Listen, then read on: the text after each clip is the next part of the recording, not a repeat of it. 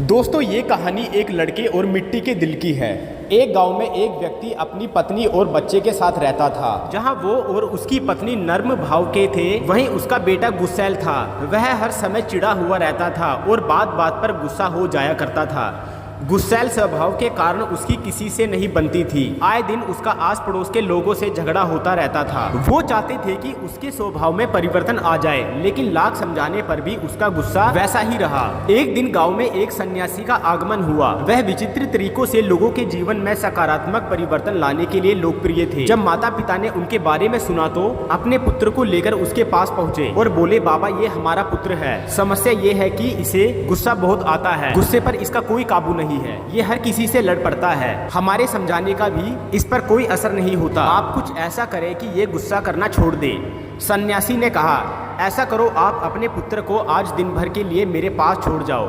माता पिता ने वैसा ही किया। वह अपने पुत्र को सन्यासी के पास छोड़कर चले गए। सन्यासी ने लड़के से कहा, बेटा मैं तुम्हें एक काम देता हूँ, क्या तुम वह करोगे? लड़का भी अपने गुस्से से परेशान था और चाहता था कि उसकी यह आदत छूट जाए। वो बोला, यदि आपके दिए काम से मेरे गुस्से की आदत छूट जाएगी तो जरूर करूंगा।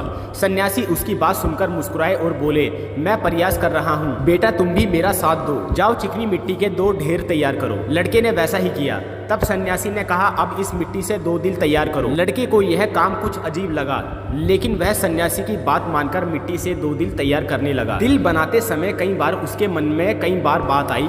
वह सोचने लगा कि मैं यहाँ अपने गुस्सा करने की आदत छोड़ने आया हूँ और इस सन्यासी ने मुझे किस काम में लगा दिया है। इस तरह तो मेरा गुस्सा खत्म होने की जगह बढ़ जाएगा। लेकिन उसने किसी तरह काम करना जारी रखा और मिट्टी के 2 दिल तैयार कर दिए। वह उन दोनों दिलों को लेकर सन्यासी के पास गया और बोला, बाबा ये रहे मिट्टी के 2 दिल, मैंने आपका काम कर दिया है। अब मेरे माता पिता ने जिस काम के लिए आपके पास भेजा है उस पर आइए, उसके लिए कुछ कीजिए। सन्यासी बोला, मैं अच्छी तरह जानता हूँ कि बेटा तुम यहाँ क्यों आए हो। पहले मेरा ये काम कर दो, फिर मैं तुम्हारे गुस्से के लिए कुछ करता हूँ। बताइए अब क्या करना है। लड़का मन मारकर बोला, इस एक मिट्टी के दिल को लेकर कुम्हार के पास जाओ और उससे कहकर भट्टी में अच्छी तरह तपाकर वापस ले आओ। लड़का कुम्हार से उस मिट्टी के दिल को तपाकर वापस सन्यासी के पास ले आया। तब सन्यासी ने उससे कहा, अब इस दिल में जो चाहे रंग भर दो। लड़के ने उस दिल को लाल रंग से भर दिया। रंग चढ़ाने के बाद वह दिल बहुत सुंदर नजर आने लगा। लड़के ने जब अपने दिन भर की मेहनत से तैयार किया उस दिल को देखा तो बहुत खुश हुआ और सोचने लगा कि सन्यासी बाबा से कहकर मैं इसे अपने घर ले जाऊंगा और अपने कमरे में सजाऊंगा। वह खुशी खुशी सन्यासी के पास गया और वह दिल दिखाते हुए बोला, बाबा देखिए, रंग भरने के बाद यह दिल कितना सुंदर दिखने लगा है। बाबा बोला, ये बहुत सुंदर दिख रहा है। आखिर तुमने इतनी मेहनत से इसे तैयार किया है, लेकिन अब तुम्हें इस दिल पर हथौड़े से चोट करनी होगी। कहते हुए सन्यासी ने एक हथौड़ा लड़के के हाथ में पकड़ा दिया। अपनी दिन भर की मेहनत पर हथौड़ा चलाते हुए लड़के को बहुत गुस्सा आया, लेकिन किसी तरह अपने गुस्से को पीकर उसने उस दिल पर वार कर ही दिया। हथौड़े की चोट से वह दिल टूटकर बिखर गया। लड़के को बहुत दुख हुआ। वह बोला, बाबा मेरे दिन भर की मेहनत बर्बाद हो गई। लेकिन सन्यासी ने उसकी बात पर ध्यान नहीं दिया और मिट्टी का बना दूसरा दिल उसे देते हुए कहा, अब इस दिल पर भी हथौड़े से वार करो। लड़के ने वैसा ही किया, लेकिन हथौड़े के वार से उस दिल पर हथौड़े का निशान उभर आया, लेकिन वह टूटा नहीं। लड़का आश्चर्यचकित होकर कभी उस दिल को तो कभी सन्यासी को देखने लगा। वह सोचने लगा कि मेरे माता पिता मुझे किसके पास लेकर आ गए हैं। सन्यासी बाबा तो मुझे पागल लगते हैं। वह बोला, मेरा पूरा दिन यहाँ बेकार के काम में चला गया। अब मैं यहाँ एक क्षण भी नहीं रुकने वाला, मैं जा रहा हूँ। ठहरो, सन्यासी ने उसे रोका।